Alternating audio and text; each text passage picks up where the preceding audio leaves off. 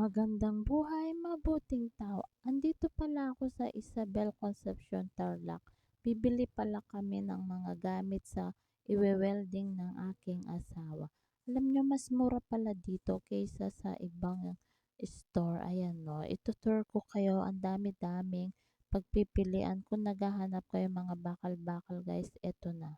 Punta na kayo dito. Ayan pa guys. So, hindi ko alam kung anong mga pangalan niyan, basta bakal-bakal na guys. So, kung bisa kayong makamurang konti-konti, ayan, punta lang kayo dito sa Isabel. Ayan, pupunta pa tayo dun sa dulong-dulo guys para makita nyo kung gaano sila kadaming tinda guys. So, kapag mahilig kayong mag-welding-welding, dito na kayo bumili guys.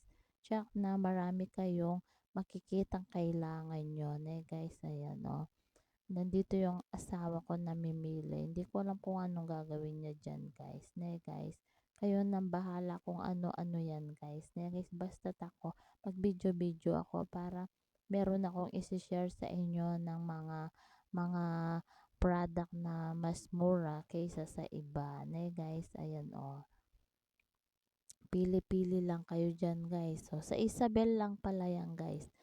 Kung taga Concepcion ka, sigurado alam mo ito guys. Guys, ayan pa. Ang dami-dami nilang tinda tungkol sa mga bakal-bakal. Ayan ayan pa, ayan pa. Ayan pa, sobrang dami.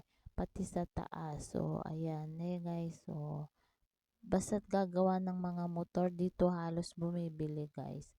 Pang kolong-kolong tsaka pang bubong ganon. Meron din sila dito mga bakal-bakal na yung nilalagay sa bubong kaysa sa kahoy, ilalagay nila yung yung bakal-bakal ganon Yan, kinikilo pala dito guys guys. So, ang dami-dami pa guys. Kaya kung gusto nyong medyo makatipid ng konti, punta na kayo dito sa Isabel. Ayan pa, ang dami